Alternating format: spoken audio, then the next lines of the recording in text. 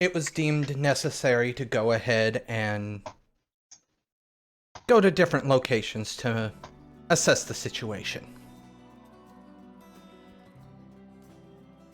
While Sasha, Bishop, and Edward took off on foot to the closest fire, you guys took Robert's truck and made off for one of the further fires. Is there anything you would like to discuss during the ride, or... Do we know where we're going, or do we just see a plume of smoke in the distance? Not necessarily a plume of smoke, but an orange glow, yes. A very large orange glow. From where you guys were located, it would be roughly...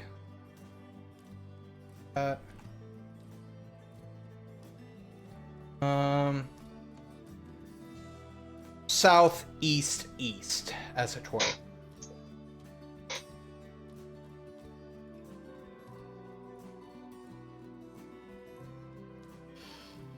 Well, let's just see if we can't do a job better than the fire department.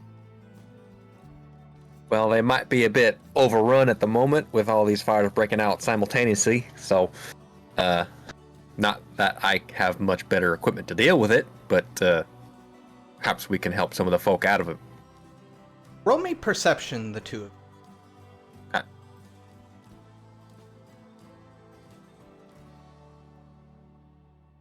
you. One success. Successes on both of your ends. Both become aware of something very, very quickly.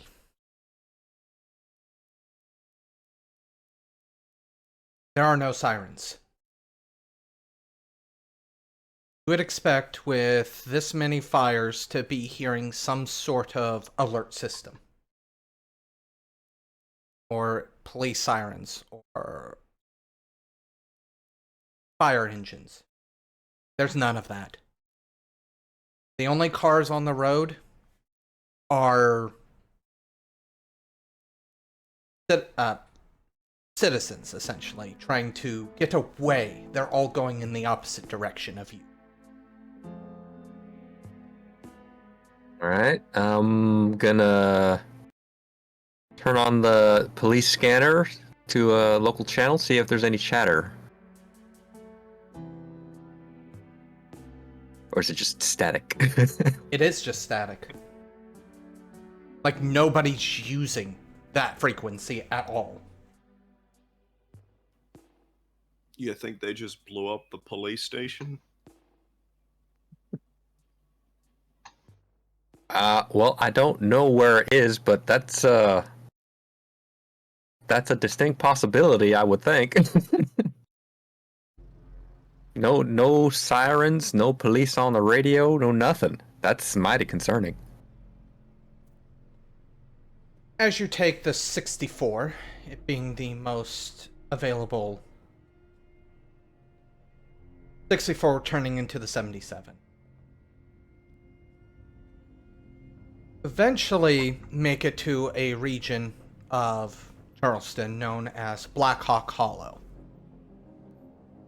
At this point, it's mostly a wooded area with roads leading deeper into this area. At this point, you become painfully aware of something. This fire is massive. It can't be just one building. And with how many trees are nearby... Seeing that bug in your camera. There's more at risk here.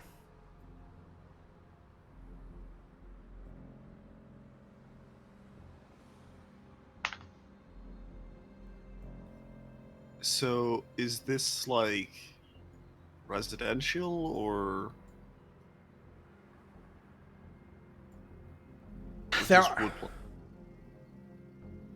There are some residential homes in this region, but A lot of it is woodland.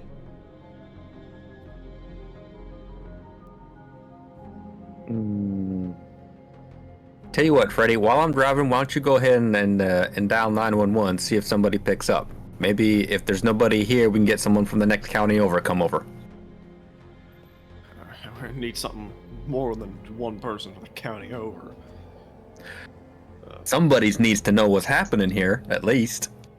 Yeah, sure. Let's dial 911 and whoever just blew this place up sitting on the other end will come and take us out. I will dial 911 and I will see if anyone even picks up.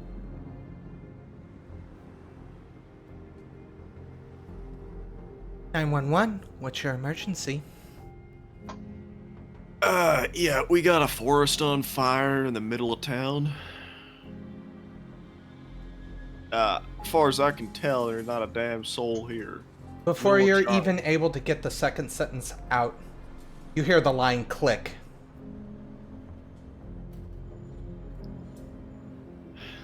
This one, my tax money's going in it. God damn it. Alright. Well, that was short. What happened? What happened was I'm wasting money on paying their salaries. They just hung up on me. 911 hung up on you. What the hell?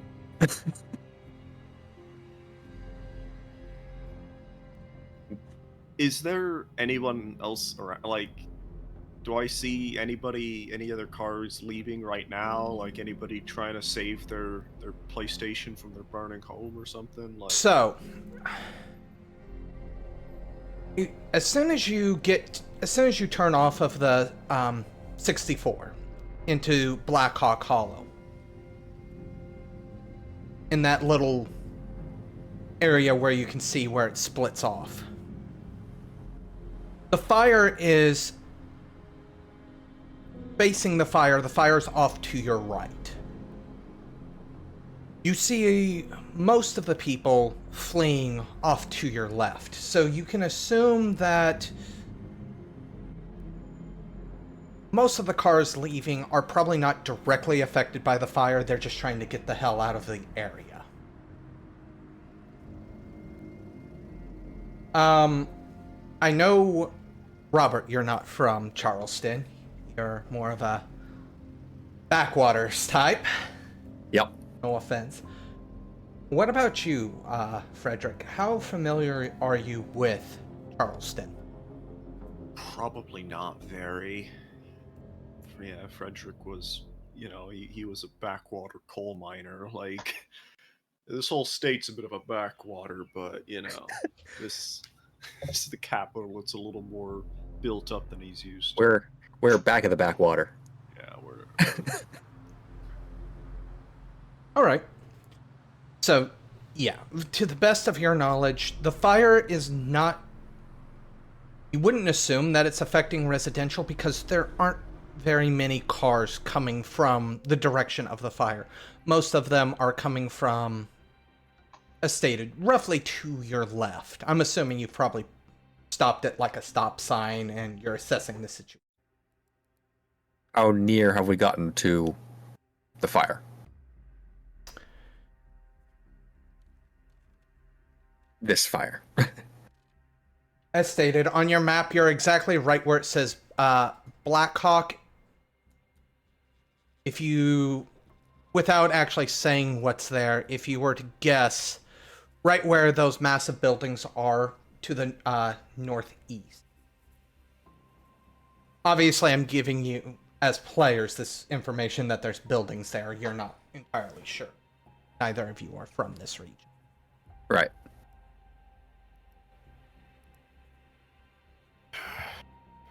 So I guess we're going in, aren't we? At least seeing what's going on. Well, we can at least, have a look. Not like we's equipped to fight fire, but maybe we can get some folk out that need help getting out. So, yeah. I Heading guess in. we could do this safe. You got any, like, towels or something? Um, Cover your mouth. Drop them in the river real quick. Is there a river nearby? The Kanawha River is not too far. You literally would just have to hook a left at the intersection that you would be at, and then you could be at the river in probably about 2 minutes. If that. Yeah. I got me some clean rags. Just don't grab the dirty ones. Them's greasy. I don't know about, grease and fires, but yeah, grab the clean ones. Keep the smoke out of your lungs. It's good for you. Alright, so yeah, hang into the river, dunk some towels, and head back up. Shouldn't take much time. Road from here doesn't appear to be... It looks like more of a municipal road rather than a highly used one. So much so that it barely loads on Google Earth, just so you know. Is it dirt road? It looks like it may have been paved at one point. But not maintained. However, as it gets ready to rejoin a more paved road, a single motorcycle blocks it with one individual standing kind of guard, and he kind of holds his hand up as the headlights hit him very clearly. His hands up as if trying to tell you to stop, but they're also positioned in a way where very clearly he's also shielding his eyes. Alright, what kind of colors this fellow wearing? You look private, civilian, or... Definitely civilian. You're not able to make out any facial features, though. Because helmet? Nope, no helmet. Oh. Instead, he has bandages wrapped completely around the head, except for maybe, from what you can tell, one eye. Does he look badly injured, or it's just... He's acting just fine. He's still kind of holding out his hand, demanding a stop, essentially. Or you can run him over. I'm not gonna run him over. I'm gonna slow down. I'm gonna stop. I'll turn the lights off. The headlights. Keep the fog lights on. The little yellow ones. Clean out the window. What's happening there? He lowers his hand and casually walks up over to the side. He keeps a distance, a respectful distance. Mm-hmm. I wouldn't go up there if I were you. Well, I feel like somebody should go up there and see what's happening. Unless you've been up there, what's happening up there? Something that you don't want to get involved with, honestly. If I'm gonna be totally honest with you. I mean, if the fire's running out of control, it might, spread, burn down the town, and I don't hear no sirens coming to put it out. Yeah, okay. The sirens aren't my doing. Or... Kind of, he turns, he kind of turns his body to look away from you. As he very clearly needs to turn his head almost complete to see with the one eye that's not wrapped up in bandages. It's gonna be hard if you want to get a read on him, but if you want to try to get a read on him, I would let you roll at a -2 penalty. I mean, I'll try. It's not gonna work, but I'll try. What is it? It'd be empathy and... Wits. Wits at -2. Because I got no empathy and 3 wits. So -1 would be -3. It'd be chance die. I'll give it a shot. I'm sitting in the passenger. I could probably look at this guy too. Yeah, same.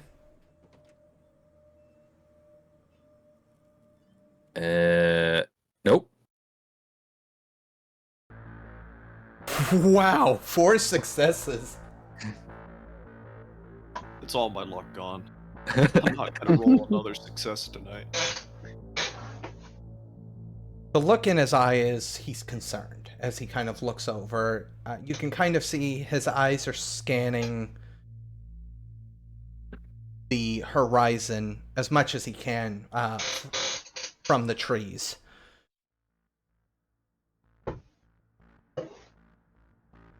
I mean, everything's gone to hell anyway. Kind of mutters as he turns back. You got family, friends up there? I doubt you don't. You're standing out here in the middle of the road, middle of the night, while the forest burns around you. You've probably already been in the fire. You still got a reason to be here.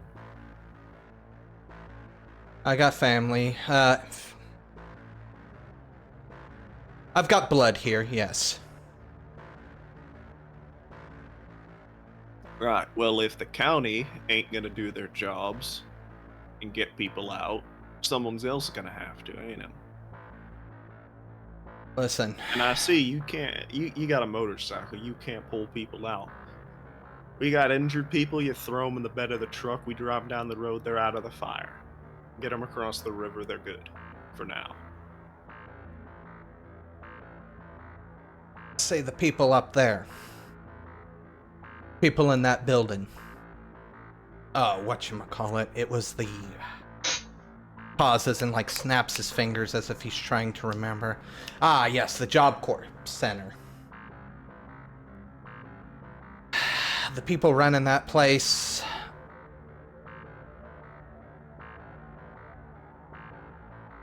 are part of the problem.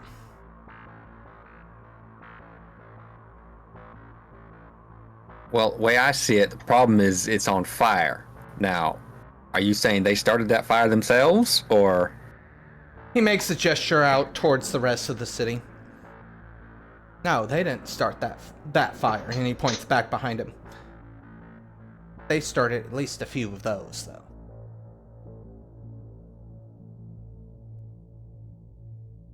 Right, well, we can sit here and play moral judgment on people we don't know anything about. Or we can go up there and stop people from burning to death. I can't pass judgment right here, nor is it my place to. But it is my place to let people not burn to death.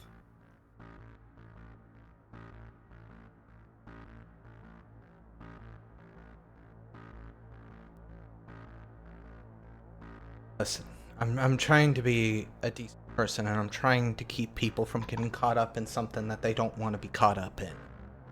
Okay? You're stepping into the middle of something that's been going on for hundreds of years.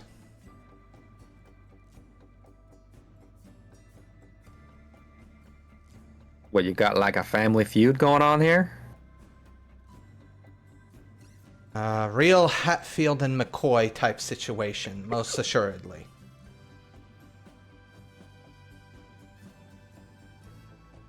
Right, Listen. well, history, cool and all. Let's talk about the right and now.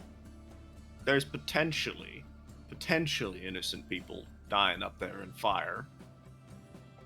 I don't know if they're innocent, but they could be. So I'm gonna turn to my driver here and just see how much longer we want to sit here, or do we want to go up there and see what's going on ourselves? I mean, the longer we sit, the more chance people dying. So if it's all the same to you, good sir, we're gonna head up in there and check it out anyway. Give it a drive-by at least. Make sure, I don't know, see if they're shooting each other in the streets, chucking Molotovs at each other. Maybe we turn around, but, like... I feel like I've been pretty clear. You're just not going to leave well enough alone, though, are you? We just trying to help people that might be in trouble is all. Trying to do the right thing. He shrugs and goes back to his motorcycle and hops on it. He turns the engine on and walks it back slowly, as if letting you pass. He does give one last shout. Listen.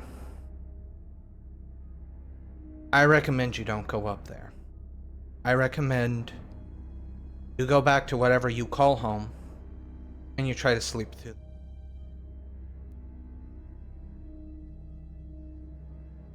Anybody up there that is alive is not worth saving. But I'm also not going to risk my neck for people that I believe should be dead either way. Honestly, if I had my say in anything, both sides... You know what? I don't even care how many sides. All the sides could go to hell in a handbasket.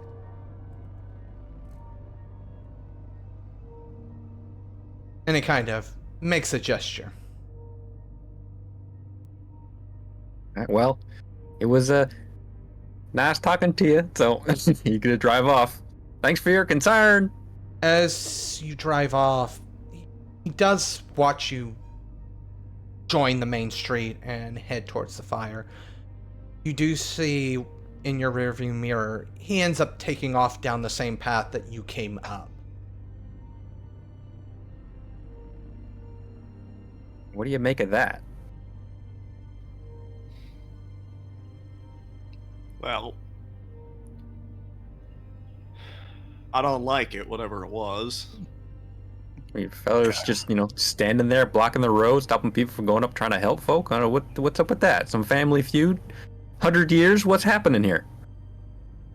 Whatever it is, it's shutting the whole county down. Dispatch hung up on me. Whatever's going on, as far as I know, could just be city council bickering with each other. But at the end of the day, something's on fire. Could be people in there. I'm not going to let them burn to death. As you round the bend and breach the tree lines, on your right, you see roughly 1, 2, 5, 6, 8 buildings on fire. Shoo. And then as you look to your left, you see another 3 buildings on fire.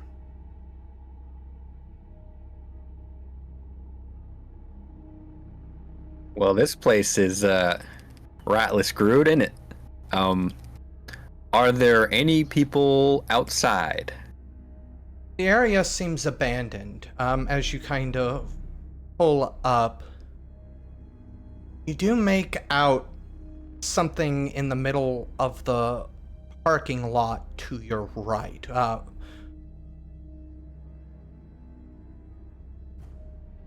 But you can't really tell what it is. It looks like boxes, but you can't really be for certain. They're kind of square in shape. It's just out in the middle somewhere? Yeah. Okay, well, right now Robert's priority is looking for people. Hopefully not on fire, but people running out trying to get away. That's focus for the moment. Boxes didn't do much, they just boxes. For now. Are the buildings, did they all go up at once vaguely, or are some of them more burnt out, some look more like they just started kind of deal? The ones to the left, the 3 to the left, they are definitely more burnt out. The ones on the right are...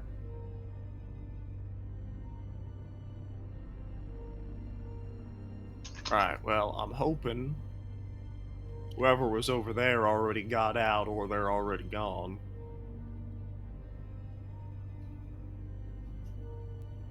I'ma say we take a walk over there to the right. Sounds like a plan. See if we hear anyone. Yeah, so we'll drive over to the right. Remind me, was there graffiti at that very first place that burned down? That was at the hotel? Should we be looking for stuff like that if this was on purpose? Somebody making a mark?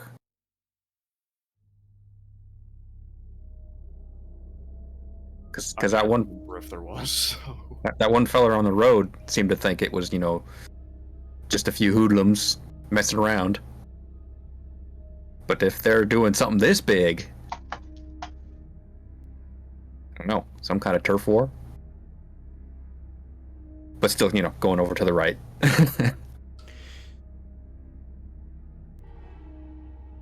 This place, quite literally an inferno at this point. Roll me perception.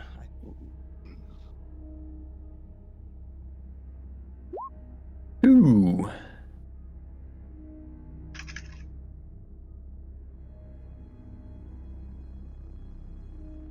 All right. With your successes, pause. Gonna move across the city over to Sasha and Edward. As you guys have made it back to the church where you are all staying at originally, Bishop has recused himself to inner chambers, as it were. As if to...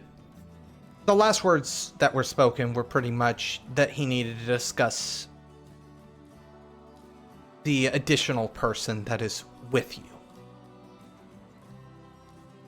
Which leaves Sasha, Edward, and Mary alone within the central area of this church.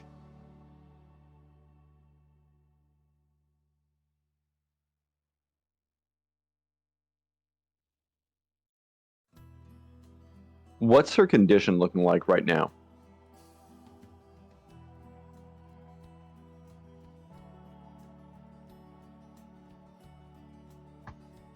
There is this... Roll me intelligence plus medicine, actually, here. Even if it's not a good roll, not gonna matter too much, but I just want to see. Yeah, it's a chance die, but that's succeeded before. Okay. Not this time, though.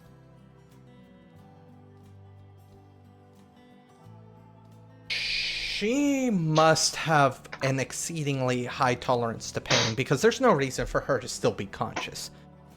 You know of adrenaline, you've heard of it at least. But it was a slow walk due to having to carry her help her walk most of the way, so you were having to move at a slower pace. You would think adrenaline would have ran off by now, and she doesn't seem any more in pain than she was when you first started. I mean, she still is exceedingly injured and is in obvious discomfort, but she's not like fading in and out of consciousness or anything that you might expect.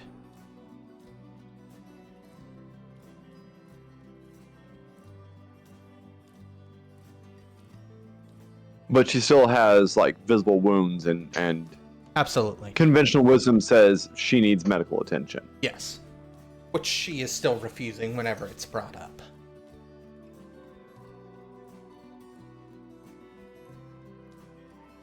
Oh, you're refusing medical attention. By the offers. About a beer. Because I tell you, I sure as hell could use one myself.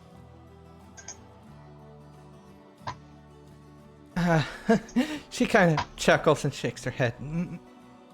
I don't consume alcohol. Well, that one is on you.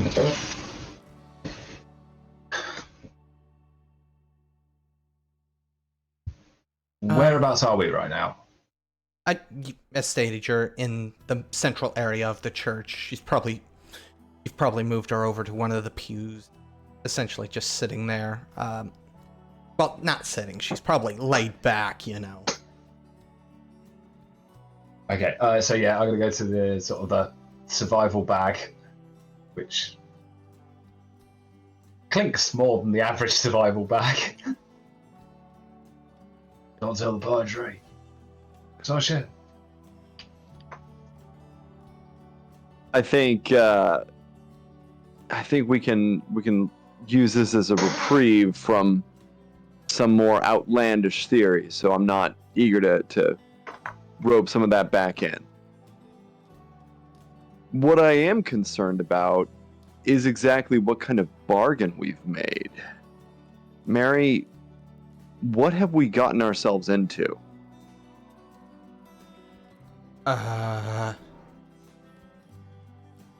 I'm sorry, I don't know exactly what you're referring to.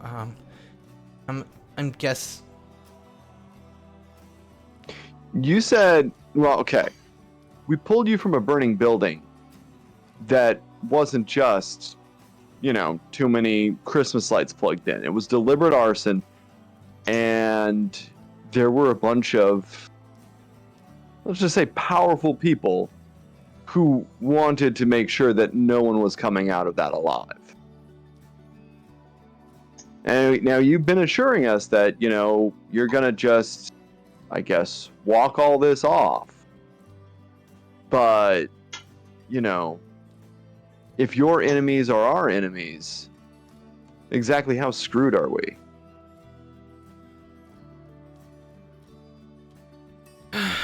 She kind of... Listen, when I got roped into this whole thing, back in college in Baltimore, I was given very, very specific instructions on what to say and what not to say.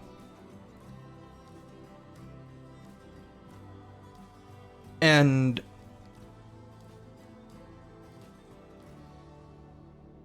I will not betray that promise I made. Not only because I don't believe in telling lies, which makes certain things more difficult, because I still refuse to tell lies.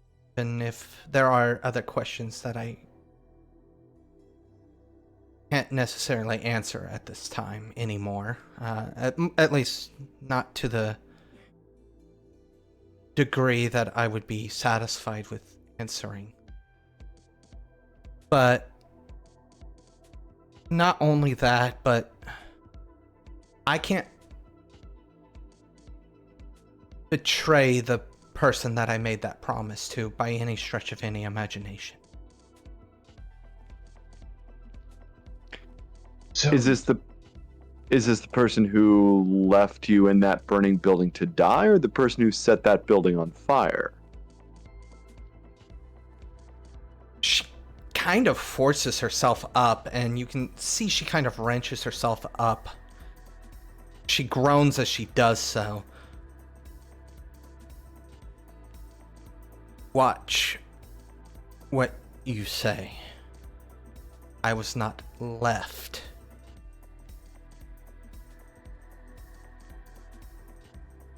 Is sacrificed a better term? Sacrifice is not even... I can assure you, neither of those words are within the distance between the earth and the sky. She kind of pauses as she realizes her words aren't making a lot of sense, and she kind of winces again.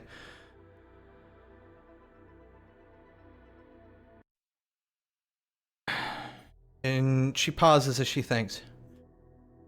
I am a key research assistant. I am... Kind of smirks a little bit.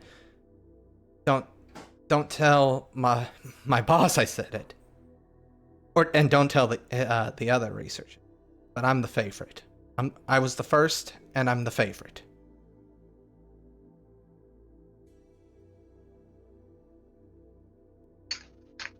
Now, any of you have a phone?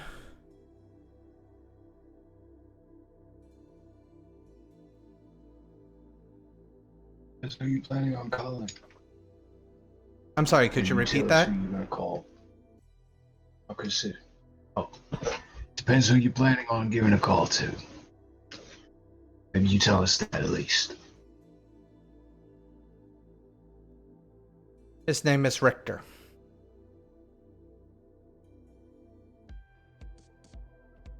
He should be within the city.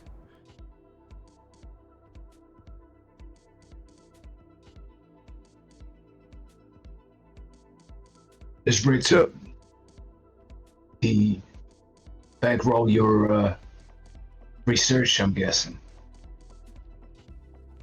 Bankroll?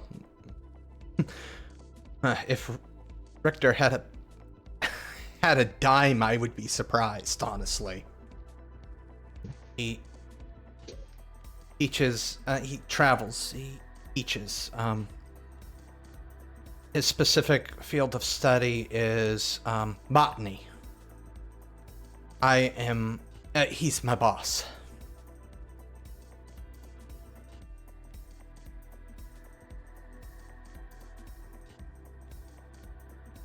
Well, I'll tell you what, So, you call Richter on my You phone. see, there's an.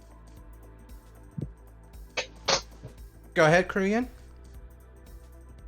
Sasha's gonna look at Edward and look to Mary and say, "So you recognize that we're putting our necks on the line for you here, right?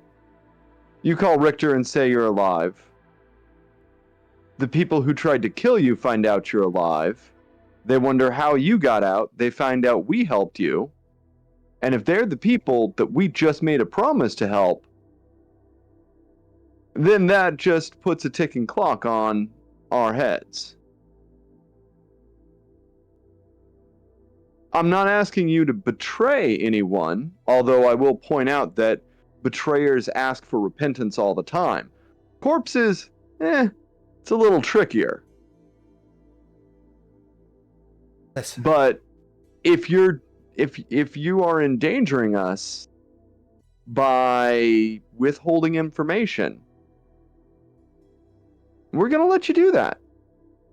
We're going to trust you enough to potentially get killed for our blood to be on your hands. Kind of takes a breath. Richter gets here.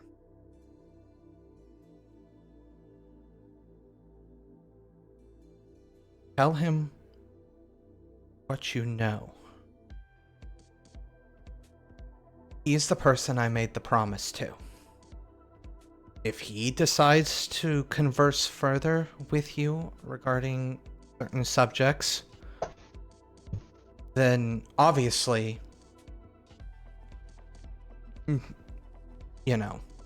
everything's all peachy. As it were, she kind of smiles. At this point, she starts, she tugs at a necklace around her neck, and she pulls out what looks to be a very, very long necklace with a cross at the end of it, and she tightens her grip around the cross and goes, because I don't want blood on my hands. That's not anything I want. Which I understand where you're coming from. As for making a deal with the people that did that,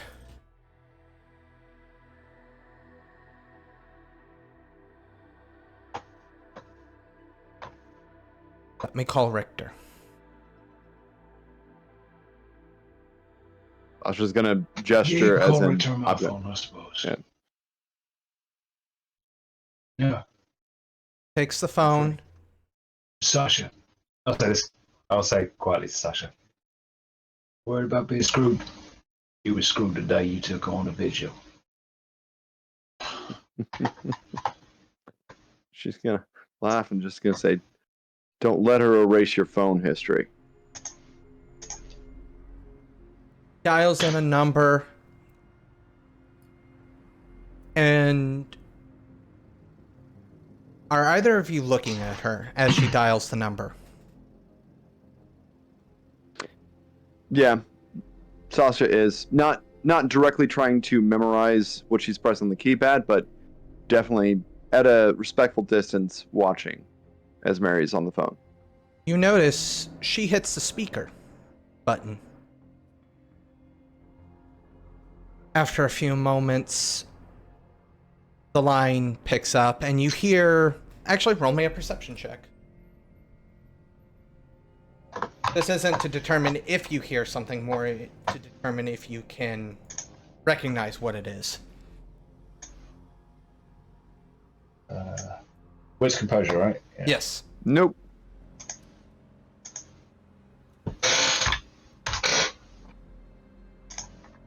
One. Hear what is very clearly a motorcycle engine. But it's low, it's very clearly an idle. Mary, you're okay? This conversation goes on where it's more her reassuring him that she's okay and giving him the address of the church, letting him know that she's with people and that there is something that needs to be discussed.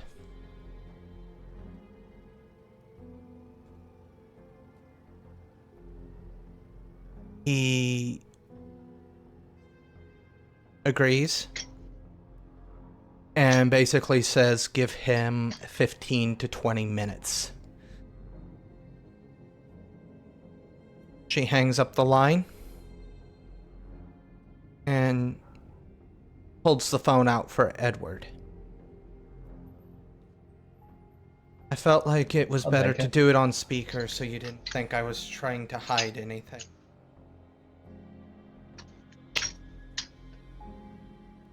I appreciate it. It's all good. Kind of leans So how back. does, so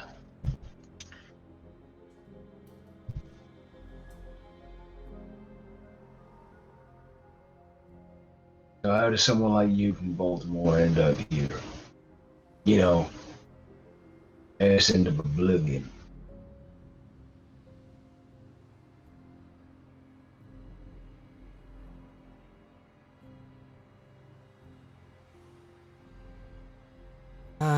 Richter tell you to come out. Richter was a professor of the college I was attending. There were certain legal issues that came up. And he had to leave Baltimore. Honestly, somebody took something way out of proportion. It was ridiculous.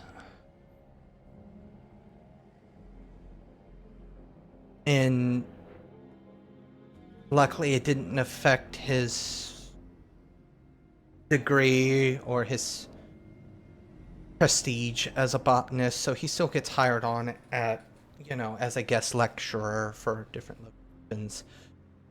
But which is why we were here. He was teaching at one of the local universities. Anything I can roll to see the, like a subterfuge or something like that, to see through the guise of what she's saying? Go ahead, give me a roll. What would you like? This is definitely wits and I guess subterfuge.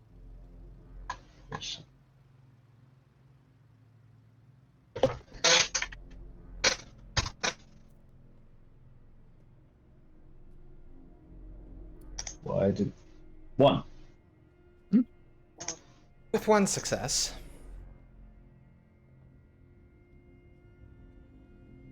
You can tell she does not want to talk about what sort of...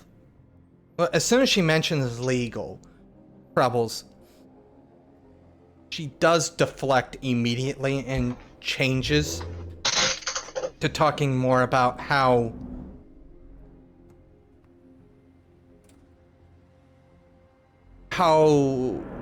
great his research is, how smart he is. Oh. She doesn't really want to go into what sort of legal troubles or anything like that. I've heard a story like that before, you know. Young lady, first time out in the big wide world. Older man, educated, academic, charismatic. But I don't think your story goes that way, does it?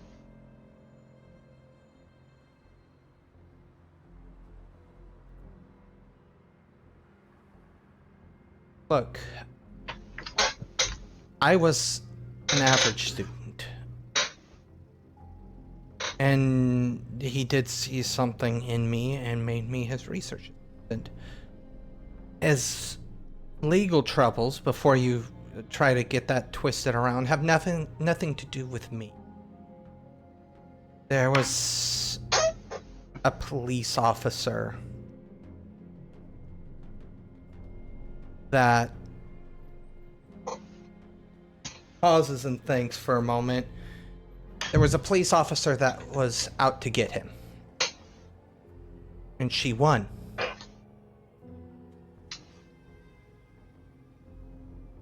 I believe that would honestly be the long and short of it. She used her power and position to run him out. Not only him. Heck, one person that he was closely associated with ran a nightclub in Baltimore. Chased him out of the country. Chased him, last I heard, was like Turkey? She kind of raises an eyebrow as if she's not remembering that correctly, but she's not. Can't. That's a strange thing for a cop to do. It was a I gotta say, vendetta. I don't think it's the story that we've heard 1,000 times before. But I just wait. We sit pretty and wait for Richter to arrive. Maybe we can ask a few questions of our own to him direct. You don't have to wait too much longer, probably about 5 minutes. When an individual strolls in,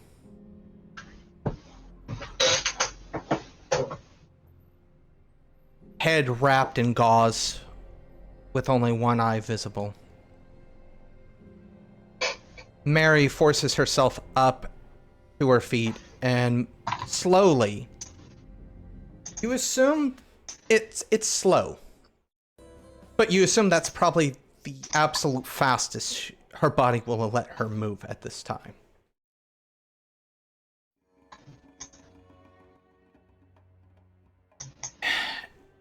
As she approaches, he kind of puts his hand on her shoulder and then looks over at Sasha and Edward.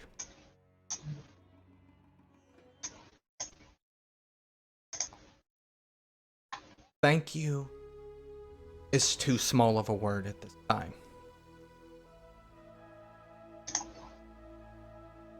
But it's the only one that seems appropriate at this moment. He steps closer and you can start seeing he's got a leather jacket. Doesn't have any sort of cut or anything like that to signify part of a gang.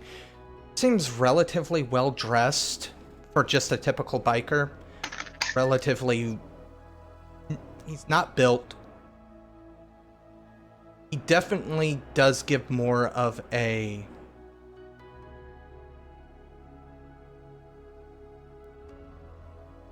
intellectual vibe as he kind of moves forward. His voice somewhat muffled from the wrappings. We're happy to help. The only thing is that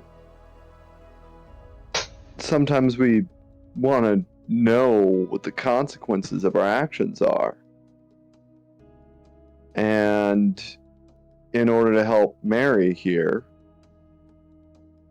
we ended up getting caught in something that she's confident you know more about than she does. We didn't pull her out of a burning building. We did. But what we specifically did was intervene when someone deliberately tried to kill her.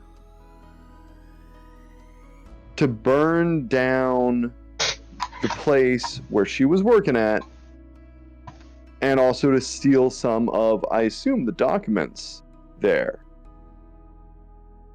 We were discussing with her that it seems like she has some pretty powerful enemies. We helped her. They could very well be our enemies. But if she's reporting you, if you're her boss, they are most certainly your enemies. That statement is I very mean, true. So tell me, I'm a little bit perplexed from what Hugh was saying as well. How does a botanist have so many enemies?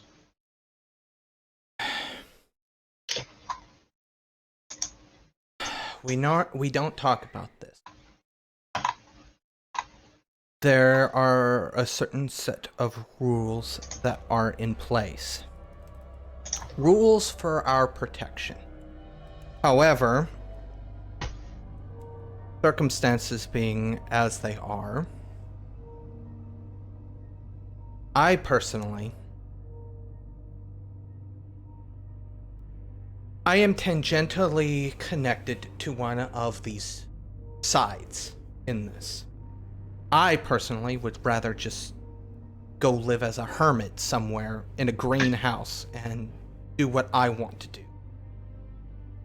That is not considered acceptable in society because they expect us to be all tight-knit and have the same beliefs. So,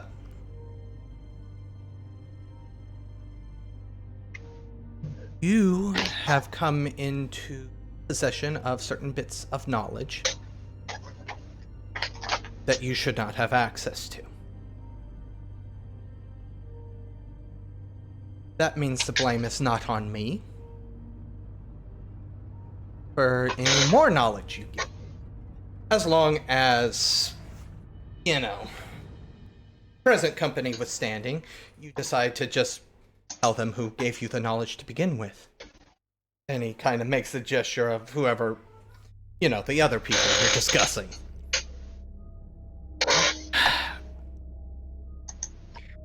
Well, our plan is to survive.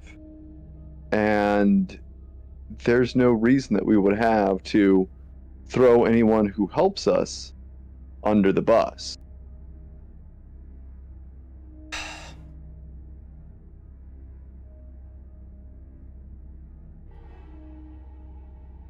It's at this point,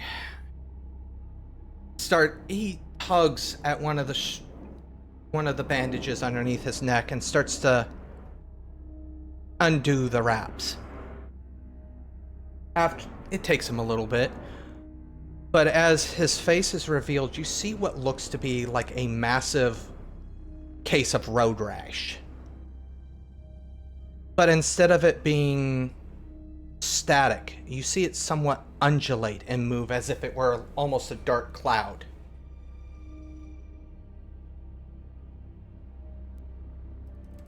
I am not of this world. Not as No. you are. Don't say. We call ourselves kindred. We sustain ourselves on the blood of people. Whether we like it or not, that is our sustenance, that is how we survive. Now, our society is old. Not age as you do. We do not die as you do.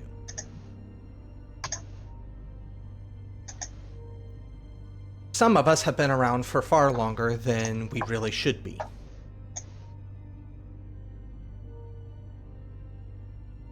The establishment.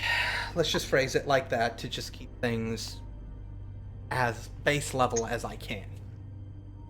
Establishment does not like the way things are going. The new kids on the block.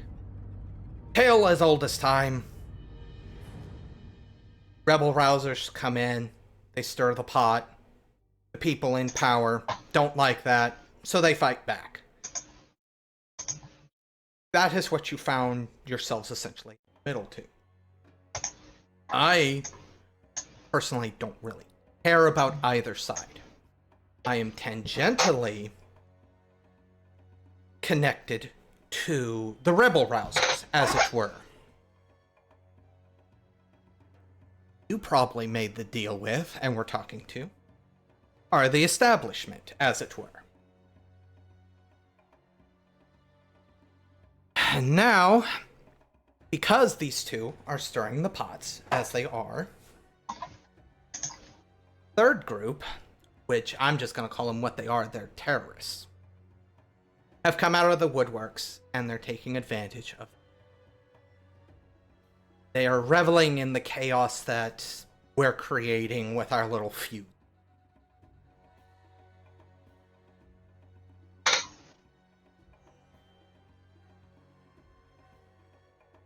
Our concern is with the people getting caught in the crossfire of this feud. How can we stop the bloodshed? Bloodshed is over blood. As ironic as that word choice is. People are getting sick. Heard it on the news, I'm certain. People that are sick, when we partake in that blood, it burns very much like drinking battery acid. I am not so far gone that I don't remember what it is like to eat and drink.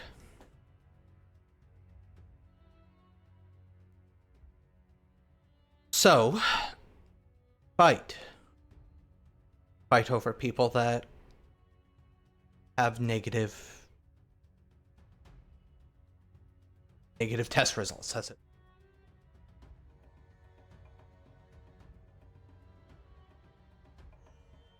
I am also not so far gone that I realize how disgusting those words must sound to you.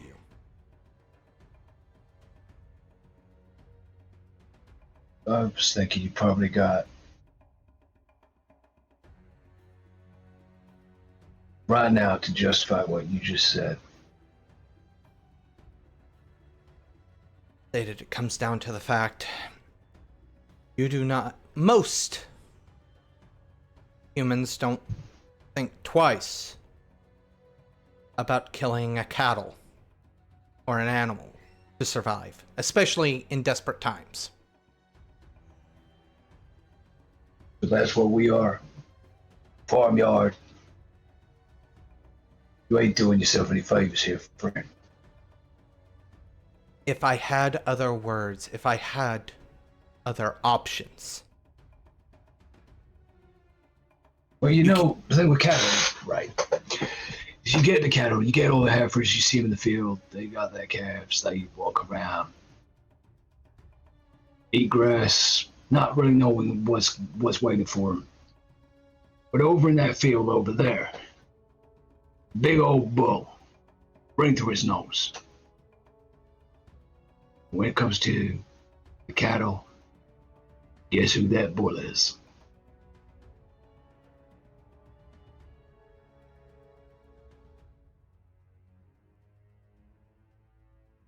Are you actually trying to intimidate here? I'm trying to get him to really think about what he's saying. But I'm happy to roll. It's more like, are you threatening him, or? Yeah, that's what I'm more asking. It's me saying you've shown us what you are.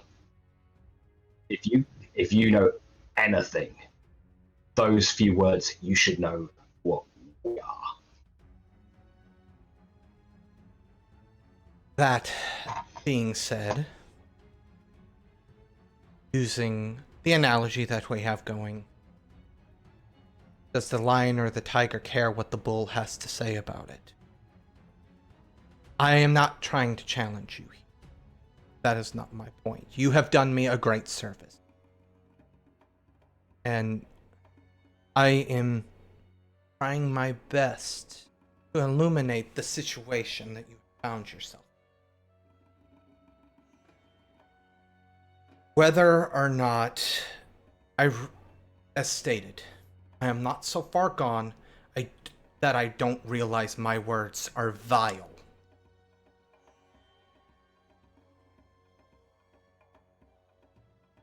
But facts are facts. Stain the blood. Blood that is not tainted by this illness. Becoming increasingly and increasingly rare. And back to the analogy. Desperate lions and tigers will go through great lengths. Stupid lengths. Lengths that they know are dangerous. We are getting to that point.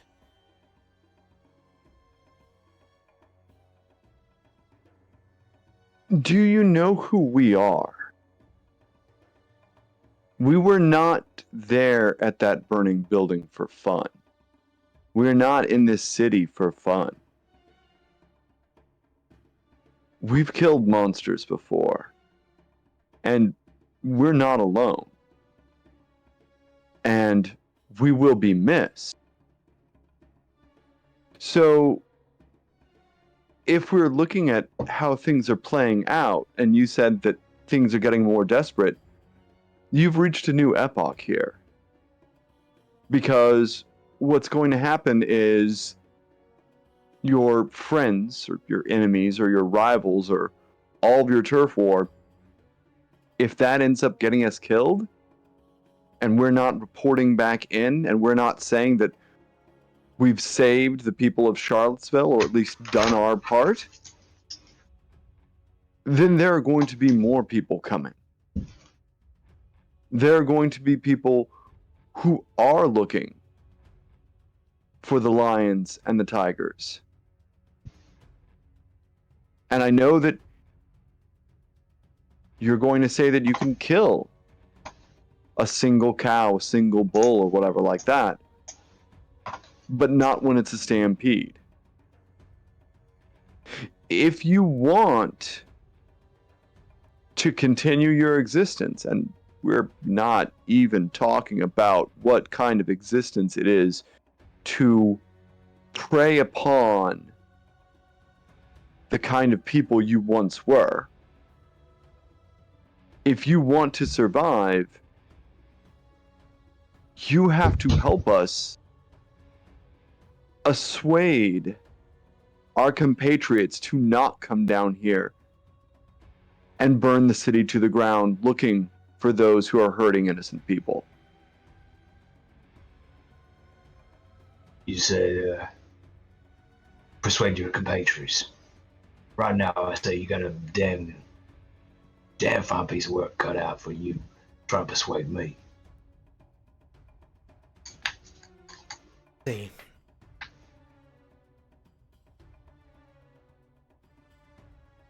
He thinks, and he does look over at Mary occasionally as he thinks.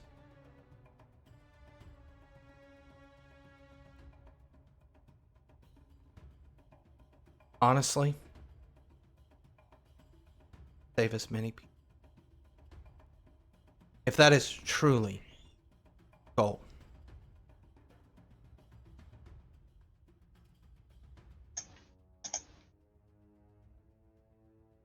I have certain measures in place.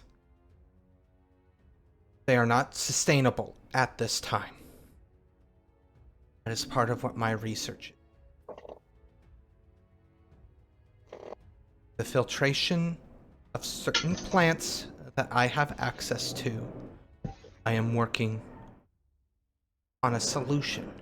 My solution is be deployed wide scale or even small scale.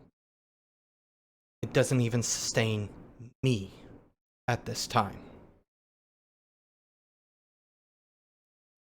That said, want to save people? My advice. Give me till the end of the night. Bring the damn hammer down. Bring everybody you know. You mentioned torching the city looking for us. That's probably your best option. I say give me to the end of the night so I can get out. Stated, I don't have the answer yet. Not even for myself. However, I can legitimately show you with evidence, both mathematical, scientific, and empirical evidence, that I am at least working on a different solution to this whole issue. A pet project of mine, and always has been, before this even started. He kind of pauses and puts his hand on his head. But that is my recommendation. Because